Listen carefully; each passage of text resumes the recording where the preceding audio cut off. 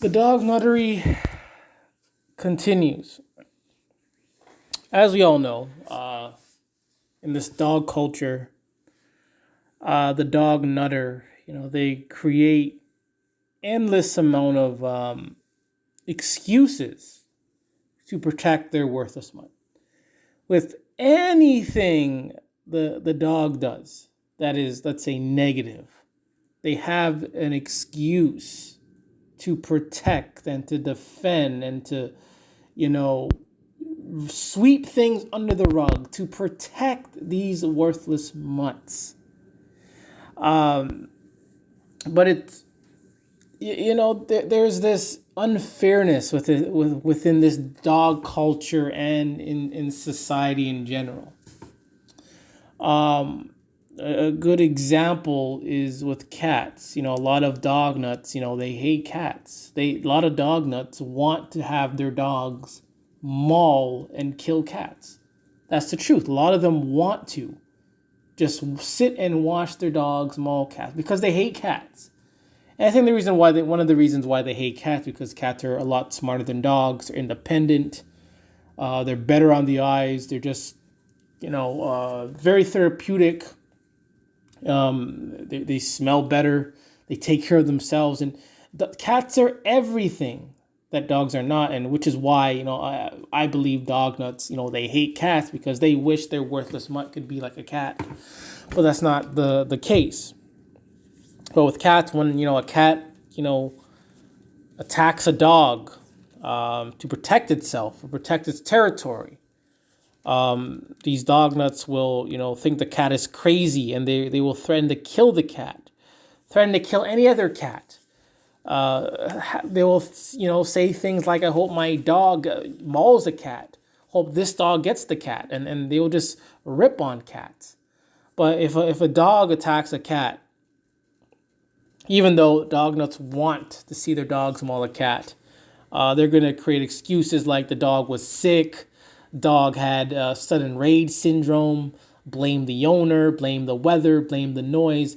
They're gonna blame anything except the dog when it attacks a cat, and not just attacking a cat, also attacking people, attacking young children, babies, infants, vandalism. They're always going to blame the owner, blame something else other than the dog, and it's crazy how. Again, if cats cause a problem, it's the cat's fault. I hate cats. But dogs cause a problem, it's the owner's fault. It's something else other than the dog. And it's just very unfair. It is very unfair. And another thing that with dogs in this dog culture is that when the dog, is just sitting there doing nothing, not attacking people, dog nuts will, congratulate the dog. They'll congratulate the dog. They'll praise and worship the dog and say the dog is friendly, the dog is this. They're not complimenting the owner. They're not complimenting the dog lover that had trained this thing. They're going to praise the dog for not mauling people. They're going to praise the dog for doing whatever. But as soon as this dog attacks or does something that is negative, automatically the dog gets no blame anymore. Instead of blaming the dog, they blame the owner. Instead of blaming the owner, they blame rage syndrome. They blame the dog is sick. They always have some sort of excuse. But again, it's just unfair how, natural animals, cats, even people, can get blamed for things. They can get blamed for things just, they get blamed for anything. But there's no excuse for that. But with dogs, in particularly dogs only, they can maul people left to right. They can attack people, cause property damage, and it's not the dog's fault. It's not the dog's fault. Instead of being the dog's fault, it's the owner's fault. Instead of being the owner's fault, it's rage syndrome. It's just, again, unfair. How this, society is, when it comes to these dogs. And the dogs get a free pass, even though dogs are worthless. They're dangerous. They're ugly. They cause the most problems, which is why there are so many dog trainers out there. There are so many dog trainers, so many dog doctors out there. And they're meant for dogs. There's so many other all this other bullshit for dogs. For dogs, particularly for dogs. But yet, in this dog culture, they can't see that the dog is the problem. There's probably a couple, but it's not as prevalent as dog culture. But there really isn't any cat trainers, rabbit trainers. They don't even have excuses for cats. There's not even an excuse for cats. But dogs have the excuses. They have all the trainers, have all the bullshit. Even when the dog does cause the problem, it is never the dog's fault automatically.